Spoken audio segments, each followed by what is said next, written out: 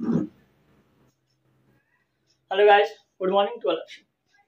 देखिए, आज इस वीडियो में हम लोग क्लास 12 का एक चैप्टर है, पहला चैप्टर है आपका केमिस्ट्री का क्रिस्टल अर्थात ठोस अवस्था।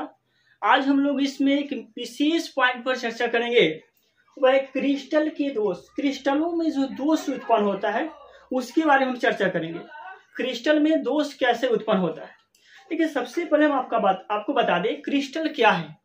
क्रिस्टल क्या होता है, बोले कि वह ठोस जिसकी एक निश्चित ज्यामितीय आकृति होती है वह क्रिस्टल कहलाता है। ऐसी परिभाषा हम बोल सकते हैं कि वैसा ठोस जिसका एक निश्चित ज्यामितीय आकृति होता है उसे हम क्रिस्टल कहते हैं। आज हम लोग चर्चा कर रहे हैं कि क्रिस्टल में दोष कैसे उत्पन्न होता है, या कितने प्रकार का होता है, या क्यों होता है। तो करें कि क्रिस्टल का जो दोष होता है वह 3 प्रकार के, मतलब एक क्रिस्टल है, एक ठोस है, उसमें भी दोष पाया जाता है। देखिए, ऐसे लग रहा होगा आपको कि क्रिस्टल में किसी प्रकार का दोष नहीं होता है, दोष सब में होता है, दोष सब में होता है। तो जो क्रिस्टल है वह इसमें 3 प्रकार का दोष होता है। कौन कौन सा? एक होता है स्टेटोमेट्रिक डिफॉल्ट, नॉन एस्क्वेटोमेट्रिक डिफॉल्ट और इम्प्योरिटी डिफॉल्ट। मतलब हिंदी बोले तो रस समीकरण मिति डिफॉल्ट, अरस समीकरण मिति डिफॉल्ट और अशुद्धि दोष। इसमें तीनों का तीनों काफी इंपोर्टेंट। सबसे पहले हम समझेंगे स्टोकोमेट्रिक डिफॉल्ट क्या है, फिर समझेंगे यह कितने प्रकार का होता है, अगला नॉन स्टेटोमेट्रिक डिफॉल्ट क्या है, और नेक्स्ट पॉइंट होगा इम्प्योरिटी क्या है, इम्प्योरिटी डिफॉल्ट क्या होता है। तो आज इसको जानने से पहले हम सबसे पहले समझते हैं पॉइंट को कि क्या इस प्रकार का पॉसिबल हो सकता है या फिर नहीं हो सकता है।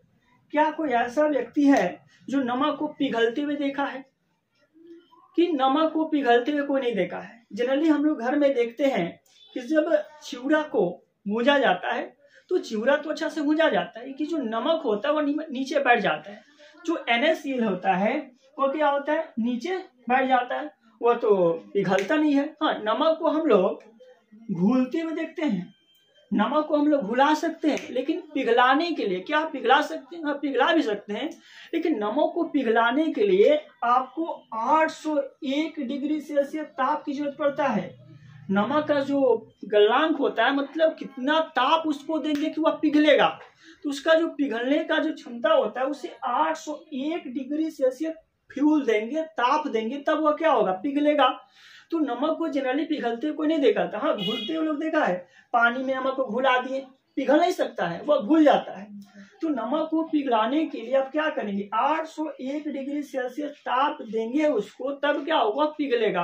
और पता चलेगा कि 801 डिग्री आप ताप दिए तो जो कढ़ाई वो क्या हुआ, आपका गल गया, गल का खत्म हो गया। तो नमक को पिघलाने के लिए काफी ज्यादा फ्यूल कर सकता है। अब बात दूसरा क्वेश्चन है कि आयनिक कंपाउंड जो होते हैं, जो आयनिक कंपाउंड, सोडियम क्लोराइड क्या आपका ionic compound, potassium chloride, copper sulphate, यह क्या आयनिक कंपाउंड। तो क्या जो आयनिक कंपाउंड होते हैं क्या इसमें भी दोष होता है? आयनिक कंपाउंड क्या होते हैं? तो आयनिक कंपाउंड भी 2 प्रकार का होता है। देखिए, इसकी हम चर्चा नहीं कर रहे, हम आपको बताएं कि आयनिक कंपाउंड जो होते हैं यह 2 प्रकार का होता है, आदर्श ठोस और अनादर्श ठोस। आदर्श ठोस और अनादर्श ठोस क्या होता है? तो आयनिक कंपाउंड में क्या होता है कि वैसा आयनिक कंपाउंड जिसका व्यवस्था सुनिश्चित हो, जिसका व्यवस्था सुनिश्चित हो उसे हम क्या करेंगे, उसे हम बोलेंगे कि आदर्श सॉलिड है, और जिसका व्यवस्था अनिश्चित हो उसे हम क्या बोलेंगे, अनादर्श ठोस बोलते हैं। तो आयनिक कंपाउंड में क्या गया, वैज्ञानिकों ने पता लगाया कि क्या जो आयनिक कंपाउंड ठोस के रूप में होते हैं, किसके रूप में, ठोस के रूप में, क्या वह विद्युत का चालन करते हैं या फिर नहीं करते हैं। मतलब कि एक प्रयोग किया वैज्ञानिक, एक डब्बा में क्या किया, सेल्ट NaCl ले लिया, NaCl को क्या किया, ठोस अवस्था में लिया, यह सॉलिड है, यह सॉलिड NaCl है, या क्या NaCl सॉलिड लिया। तो क्या आप बताइएगा कि सॉलिड NaCl है, जो सॉलिड NaCl, और इसमें क्या किया, एक एनोड और एक कैथोड लगा दिया, एक कैथोड और एक एनोड का तार लगा दिया, और तार लगाने के बाद इसमें क्या किया, इसमें करंट फ्लो किया, इसमें करंट फ्लो किया। हमारे वैज्ञानिकों ने ऐसे किया, करंट फ्लो किया, और जो करंट फ्लो होगा तो आप बताइए क्या इसमें करंट लगेगा या नहीं लगेगा, इसमें करंट लगेगा या फिर नहीं लगेगा। यहाँ पर हम NaCl लिए जो ठोस है, सॉलिड है, ठोस NaCl हम लिए हैं और इसमें एक कैथोड और एक एनोड का दो छड़ लगा दिए, दो रड लगा दिए और इसमें हम क्या करें, करंट फ्लो करवा रहे हैं। तो क्या इसमें करंट लगेगा ही नहीं लगेगा? तो वैज्ञानिकों ने क्या निष्कर्ष निकाला कि जब सोडियम क्लोराइड ठोस अवस्था में है, नमक जब ठोस अवस्था में है और उसमें हम करंट फ्लो करवाए तो करंट नहीं लगा रहा है। इसका मतलब यह नहीं है कि जितना भी आयनिक कंपाउंड जो ठोस अवस्था में रहते हैं उसमें करंट फ्लो नहीं होता है, लेकिन कुछ ऐसा आयनिक कंपाउंड है जो ठोस अवस्था में विद्युत का चालन नहीं करते हैं। अब आइए हम समझते हैं ये दोष कितना प्रकार का होता है।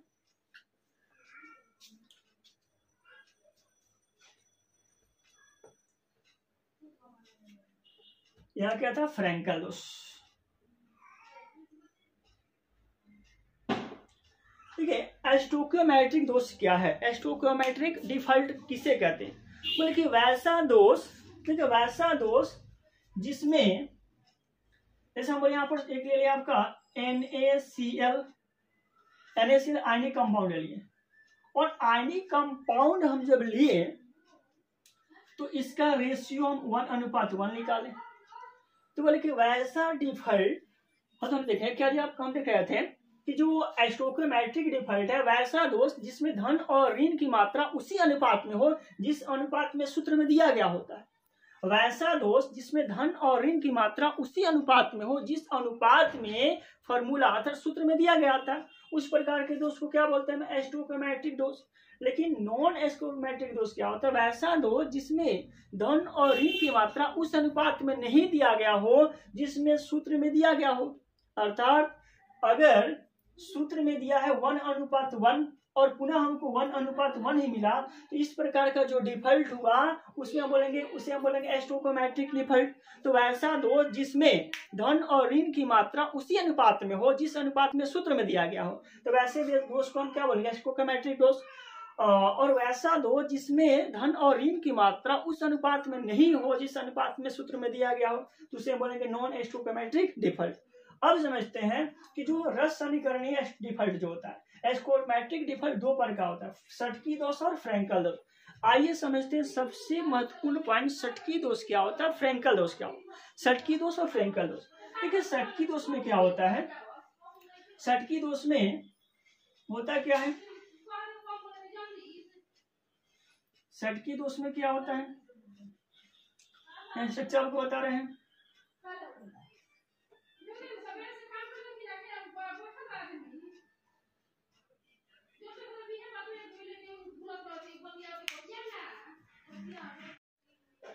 और सटकी दोष क्या होता है कि वैसा दोष जिसमें एक धनायन और एक ऋणायन, इसमें एक धनायन और एक ऋणायन,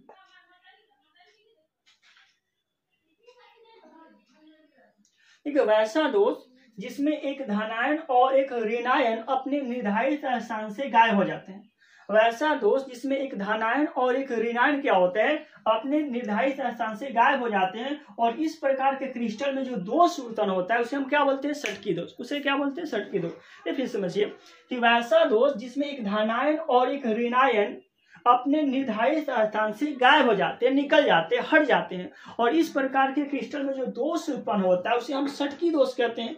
अब जो सटकी दोष उत्पन्न होता है इसके कारण क्या होता है? इसके कारण ये जो धातु अब क्रिस्टल है उसमें विभिन्न प्रकार की प्रतिक्रियाएं देखने मिलती है। क्या मिलती है? सटकी दोष में क्या हो जाता है? तो जब सटकी दोष उत्पन्न होता है तो इसमें इसका जो डेंसिटी होता है वह घट जाता है। सटकी दोष के कारण क्या होता है? डेंसिटी जो होता है, घनत्व जो होता है वह क्या घट जाता है, स्टेबिलिटी बढ़ जाता है, स्थिरता इसका क्या जी बढ़ जाता है, रिलेटिविटी घट जाता है। तो सटकी दोष क्या होता है कि वैसा दोष जिसमें एक धनायन और एक ऋणायन अपने निर्धारित स्थान से गायब हो जाता है। वैसा दोष जिसमें क्या धनायन जो होता है, एक धनायन और एक ऋणायन क्या होता है, अपने निर्धारित स्थान से गायब हो जाता है।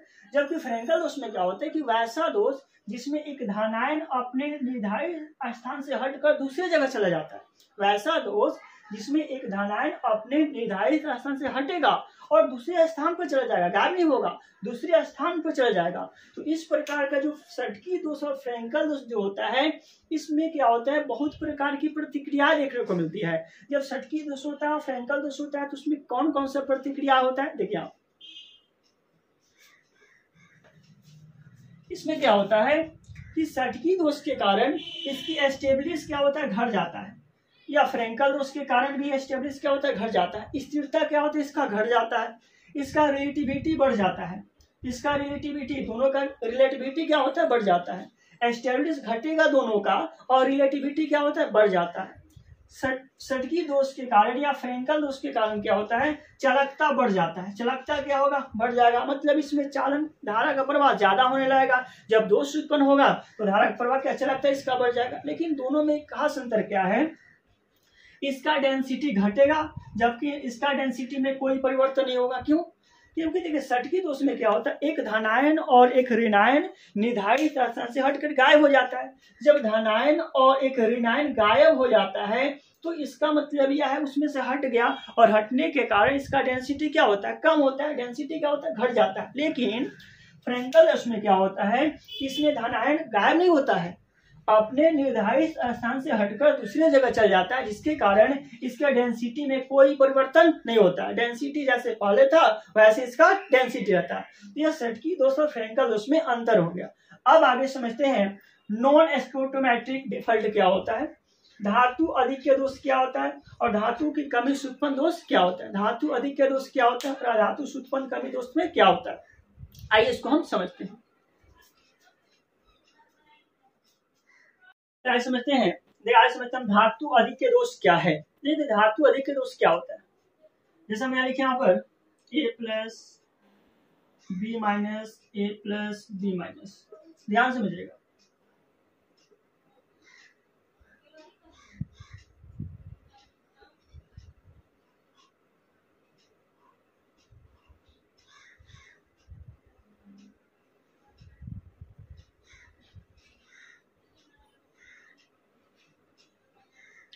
देखिए धातु अधिक्य दोष में क्या होता है कि वैसा दोष जिसमें एक ऐसा दोष जिसमें एक एनायन अपने निर्धारित स्थान से गायब हो जाता है।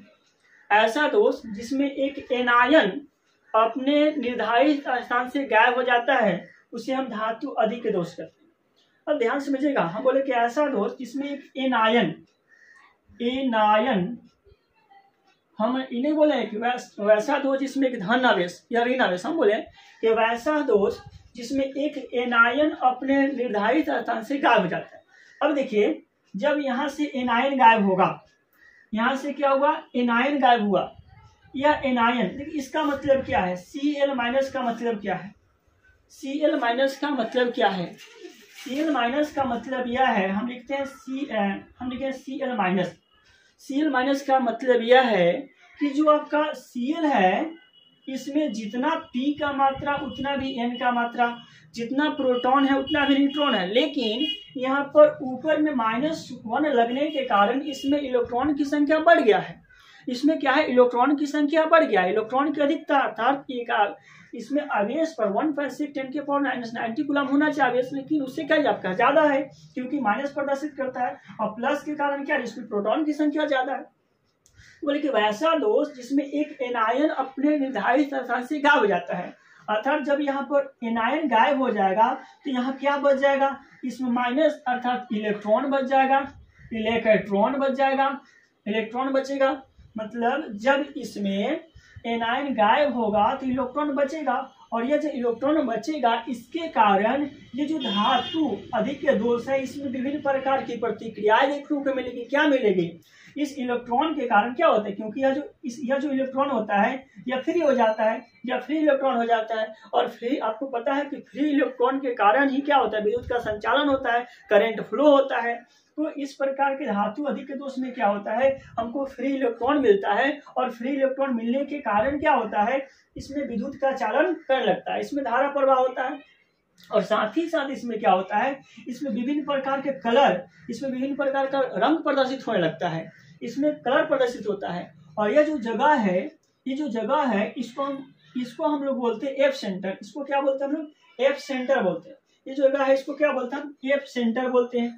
देखिए एफ सेंटर का मतलब क्या होता है कि एफ सेंटर का मतलब होता है फॉरबिक, एफ सेंटर का मतलब होता है फॉरबिक, और जर्मन भाषा में फॉरबिक को हम क्या बोलते हैं, कलर, जर्मन भाषा में फॉर्मिक को क्या बोलते हैं, कलर। तो धातु अधिक के दोष में क्या होता है कि जब इसमें एक एनायन गायब हो जाता है, एनायन गायब होने के कारण कैसे मुक्त इलेक्ट्रॉनों की संख्या बढ़ जाता है, और मुक्त इलेक्ट्रॉनों की संख्या बढ़ने के कारण ये जो धातु है यह क्या होता है, कलर प्रदर्शित करेगा, विद्युत का चालन करने लगेगा, और इसको हम एफ सेंटर बोलते हैं। इसको क्या बोलते हैं, कई बार क्वेश्चन आता है एफ सेंटर क्या है। तो धातु अधिक के दोष में जिस स्थान से एनायन गायब होता है उस स्थान को हम क्या बोलते हैं, एफ सेंटर बोलते हैं। एफ सेंटर का मतलब क्या होता है, फॉर्बिक। एफ सेंटर का मतलब क्या होता है आपका, फॉर्बिक होता है। और फॉर्बिक को क्या बोलते हैं, जर्मन भाषा में क्या बोलते हैं, हम कलर बोलते हैं। फॉर्बिक को जर्मन भाषा में क्या बोलते हैं, कलर बोलते हैं। अब इसे धातु अधिक के दोष क्यों कहते हैं, हम लोग धातु अधिक के दोष मतलब धातु की अधिकता। धातु का अधिकता कैसे हो गया, अब देखिए यहाँ पर हमारे पास धातु है, हमारे पास धातु का अधिकता हो गया क्योंकि यह क्या आपका केटायन है, और यहाँ से एनायन गायब हो गया, मतलब कि इसमें धातु की संख्या बढ़ गया। इसमें क्या आपका प्लस धातु की संख्या बढ़ गया, और धातु की संख्या बढ़ने के कारण इसमें कई धातु का अधिकता हो गया, इसलिए इस प्रकार के दोष को बोलते धातु अधिक्य दोष। क्या बोलते हैं, धातु अधिक्य दोष। आगे समझते हैं धातु की कमी से उत्पन्न दोष। ठीक है, धातु कमी से उत्पन्न दोष क्या होता है, इसमें क्या होता है, धातु के अधिक से उत्पन्न दोष में क्या होता है, जैसे हम बोले कि ए हमारे पास है, बी माइनस है, मतलब केटोन है, आयन है, केटायन है, आयन हमारे पास है, केटायन है, आयन है हमारे पास, केटायन है, और आयन हमारे पास है, केटायन है। यहाँ पर अब आयन हमारा गायब हो गया, फिर केटायन हमारे पास है, फिर आयन है, फिर केटायन है। ध्यान दीजिए यहाँ पर भी हम लिखना चाहते थे। देखिए धातु की कमी से उत्पन्न दोष क्या होता है, वैसा दोष जिसमें एक केटायन, ऐसा दोष जिसमें एक केटायन अपने निर्धारित रसायन से गायब हो जाता है। वैसा दोष जिसमें एक केटायन अपने निर्धारित रसायन से गायब होता है। अब यहाँ देखें कि धातु अधिक के दोष में क्या हुआ कि जब एक एनायन गायब हुआ तो वहां पर इलेक्ट्रॉन छोड़ गया, इलेक्ट्रॉन को छोड़ दिया, और इलेक्ट्रॉन को छोड़ने के कारण उसमें विभिन्न प्रकार की प्रतिक्रियाएं होने लगी। अजीबोगरीब हम लोग को प्रॉपर्टी देखने को मिला। क्या मिला, हम देखें कि जब एनायन निकला तो वहां पर वह जो इलेक्ट्रॉन मुक्त हो गया वह फ्री इलेक्ट्रॉन हो गया, और फ्री इलेक्ट्रॉन के कारण उसमें धारा का प्रवाह होने लगा, उसमें कलर प्रदर्शित होने लगा। साथ ही साथ वह जो एनायन निकला उसके कारण क्या, वो जो जगह बचा उस जगह को हम एफ सेंटर कहने लगे, और एफ सेंटर का मतलब होता है फॉर्बिक, और फॉर्बिक को जर्मनी भाषा में क्या बोलते हैं, कलर बोलते हैं। लेकिन धातु की कमी से दोष मतलब धातु की कमी, इसमें धातु की कमी होना चाहिए। क्यों, क्योंकि एक इसमें केटायन निकलता है। अब इसमें जब केटायन निकलता है, जब इसमें केटायन निकलेगा तो केटायन निकलेगा, ए निकलेगा, प्लस नहीं निकलेगा, ए निकलेगा तो अपने साथ प्लस मतलब प्रोटॉन को नहीं ले जाएगा। वहां पर जब एनायन निकला तो वहां पर भी इलेक्ट्रॉन नहीं ले गया, इलेक्ट्रॉन को छोड़ दिया। यहाँ पर जब केटायन निकलेगा तो यह दूसरे केटायन के साथ यह क्या करेगा, कि दूसरे केटायन के साथ क्या जी, उसका इलेक्ट्रॉन को लेकर साथ में चला जाएगा। यहाँ पर जो केटोन निकलेगा ये तो खुद निकला ही मिलेगा, और एक एनायन से उसमें इलेक्ट्रॉन की मात्रा को लेकर चला जाएगा, एक इलेक्ट्रॉन को लेकर चला जाएगा। और जब इलेक्ट्रॉन को लेकर चला जाएगा, इसमें से या इलेक्ट्रॉन को लेकर चला गया, और एक आयन भी चला गया, और एक इलेक्ट्रॉन को लेकर चला गया है। इसमें क्या होगा, धातु कमी हो गया। क्यों, इसमें क्या होगा, धातु कमी, और धातु की कमी होने के कारण इस प्रकार के दोष को क्या बोलते हैं, धातु की कमी से उत्पन्न दोष बोलते हैं। और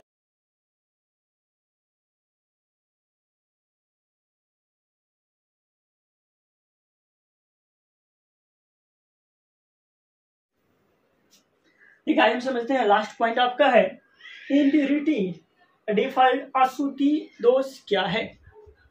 देखिए अशुद्धि, एक आप नाम सुने होंगे डोपिंग। देखिए डोपिंग क्या होता है, देखिए डोपिंग मतलब एक ऐसी प्रक्रिया है जिसमें होता क्या है कि जब एक ठोस पदार्थ होता है जो प्योर होता है और उसको हम इम्प्योर करना चाहते हैं, कि जब ठोस पदार्थ में कुछ हम अशुद्ध मिलाते हैं तो वह क्या बन जाता है, अशुद्धि ठोस पदार्थ बन जाता है। और ये जो प्रक्रिया होती है, अशुद्धि मिलाने की प्रक्रिया होती है, इसी प्रक्रिया को क्या बोलते हैं, डोपिंग बोला जाता है। क्या बोलते हैं, डोपिंग। देखिए यार जो डोपिंग का केस है, खिलाड़ियों पर लगता है डोपिंग चार्ज, खिलाड़ियों पर डोपिंग चार्ज लगता है। क्या लगता है, जैसे कोई भी खिलाड़ी जब खेलने जाता है, जैसे T20 खेलने जाए या फिर ODI खेलने जाए, तो उससे पहले उसका बॉडी टेस्ट होता है, और बॉडी टेस्ट होता है तो उसमें देखा जाता है क्या कहीं इसमें डोपिंग तो नहीं है। मतलब क्या कि जैसे हमारा शरीर है, हमारा शरीर प्योर है, हमारे शरीर में किसी प्रकार का डोपिंग नहीं, मतलब हमारा शरीर जो है पूरा हेल्दी है, हम किसी प्रकार का नशीला पदार्थ नहीं लिए हैं। तो डोपिंग का मतलब क्या हुआ, खिलाड़ी को टेस्ट किया जाता है खेलने से पहले कि क्या ये जो खिलाड़ी है कोई ऐसा नशीला पदार्थ नहीं लिया है। जैसे मान लीजिए कुछ ऐसा प्लेयर होते हैं, कुछ ऐसा खिलाड़ी होते हैं जो कुछ एनर्जी ड्रिंक लेते हैं इम्यूनिटी पर बढ़ाने के लिए। ये कोई बॉलर है, फास्ट बॉलर है, अपने इम्यूनिटी पर और बढ़ाना चाहता है तो कुछ आपका नशीला पदार्थ ले लेता है, तो उसमें चेक होता है, और चेक होने के बाद ही आपको क्या सिलेक्ट किया जाता है। तो ये डोपिंग में क्या होता है कि जैसे आपकी बॉडी का चेक होगा कि बॉडी में जो अनुकूल पार्ट है, अनुकूल आपका है, उसके अलावा कोई आप दूसरा इसमें एल्कोहल तो नहीं लिए, कोई नशीला पदार्थ तो नहीं लिए, और अगर आप लिए होंगे तो आपको रिजेक्ट किया जाएगा। कुछ समय पहले क्या हुआ, पृथ्वीराज शॉ को क्या किया गया, डोपिंग केस में उसको हटा दिया गया, डोपिंग चार्ज। क्यों? क्योंकि उन्होंने क्या किया, सिरप लिए थे, और सिरप में आपको पता है कोई भी ऐसा सिरप नहीं होगा जिसमें अल्कोहल का मात्रा नहीं होगा, और सिरप जब पिए तो अल्कोहल का मात्रा हो गया, और डोपिंग चार्ज उस पर लगा, उन पर डोपिंग चार्ज लगा, और 2 ODI उनको अलग कर दिया गया था।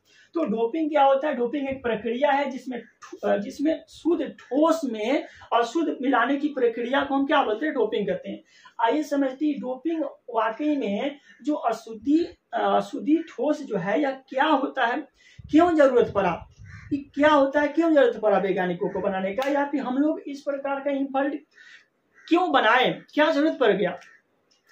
अब कह रहा है कि इसकी जरूरत पड़ा, अगर आज हम लोग इम्प्योरिटी डिफॉल्ट नहीं बनाते तो किसी प्रकार का उपकरण का प्रयोग हम नहीं करते। हम क्या बोल रहे हैं कि आज हम लोग अगर यह प्रक्रिया नहीं होता, अशुद्धि दोष नहीं होता, तो हम किसी प्रकार का उपकरण का प्रयोग नहीं करते। जैसे मान लीजिए मोबाइल में हम रिकॉर्डिंग कर रहे हैं, या मोबाइल का यूज हम नहीं कर पाते, लैपटॉप हो गया, टेलीविजन, मतलब कंप्यूटर हो गया, कंप्यूटर कोई पार्ट हो, हम यूज नहीं करते। क्यों नहीं करते जी, सुनिए।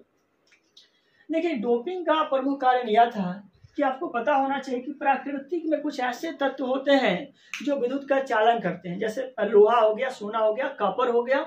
यह क्या होता है, इससे धारा का प्रवाह होता है, इससे धारा का प्रवाह होता है, आसानी से धारा का प्रवाह कितना होता है, तो अपने कैपेसिटी के अनुसार धारा का प्रवाह करता है।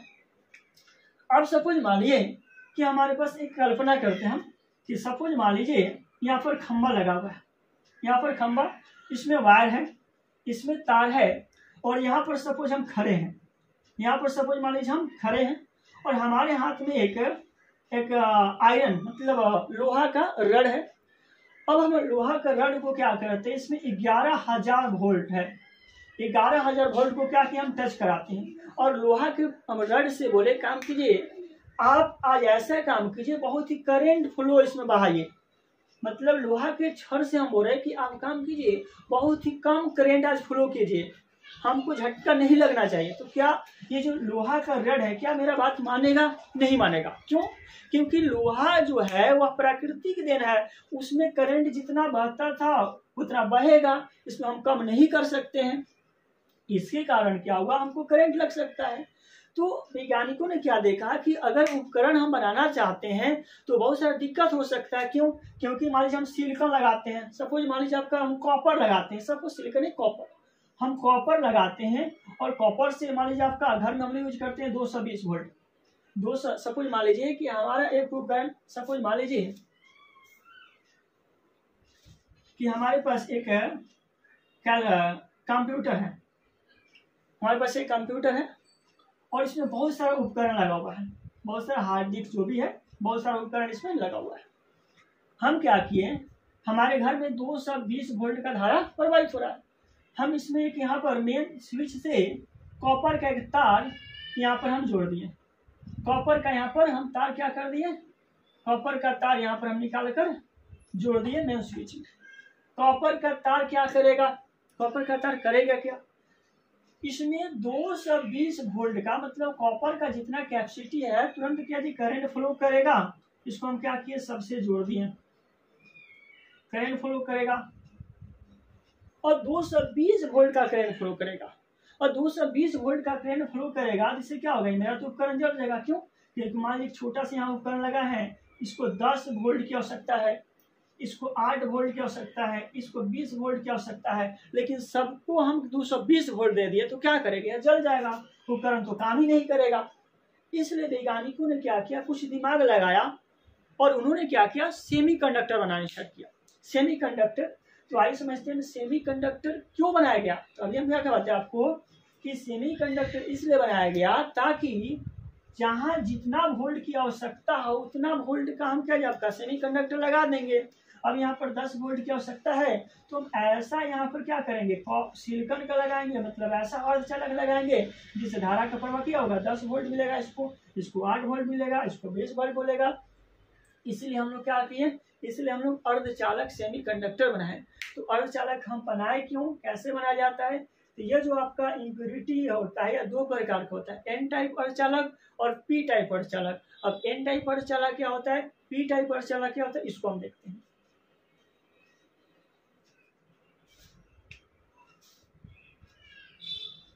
सिलिकॉन,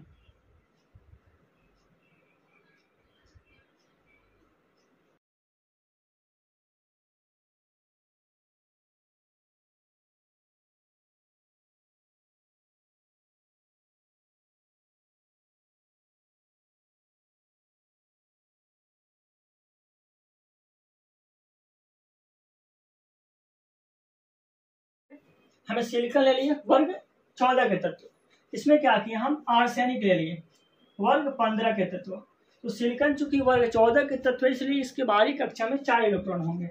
इसकी बाहरी कक्षा में कितने होंगे, 4 इलेक्ट्रॉन होंगे, 4 इलेक्ट्रॉन बाहरी कक्षा में 4 इलेक्ट्रॉन है। और चूंकि आर्सेनिक जो है वर्ग 15 के तत्व है, इसलिए इसकी बाहरी कक्षा में कितने इलेक्ट्रॉन होंगे, 5 इलेक्ट्रॉन होंगे। कितने होंगे, 5 इलेक्ट्रॉन होंगे।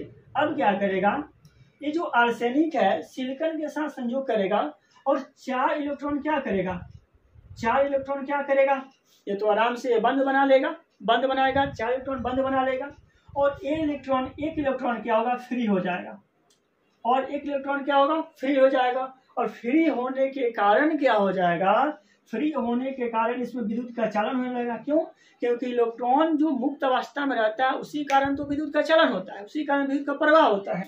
और ये फ्री इलेक्ट्रॉन हो जाएगा, क्या हो जाएगा आपका फ्री। और ये जो चालक बनेगा इसको हम बोलेंगे एन टाइप अर्धचालक। एन टाइप क्या होता है आपका, सेमीकंडक्टर, मतलब ऐसा कंडक्टर जिसमें सिलिकॉन में आर्सेनिक मिलाने से क्या होता है, फ्री इलेक्ट्रॉन की बढ़ जाता है। इससे कारण क्या होता है, इसमें इलेक्ट्रॉन की अधिकता होती है, इलेक्ट्रॉन बढ़ने लगता है। और इसमें क्या करते हैं हम, इसमें सिलिकॉन, एक होता है पी टाइप, इसमें क्या करते हैं हम सिलिकॉन के साथ इसमें जर्मेनियम Ga, इसमें गैलियम मिलाते हैं। क्या करते हैं, गैलियम वर्ग 13 का तत्व है, जब वर्ग 14 का तत्व है तो इसकी बाहरी कक्षा में 4 इलेक्ट्रॉन है, बाहरी कक्षा में कितने इलेक्ट्रॉन, 4।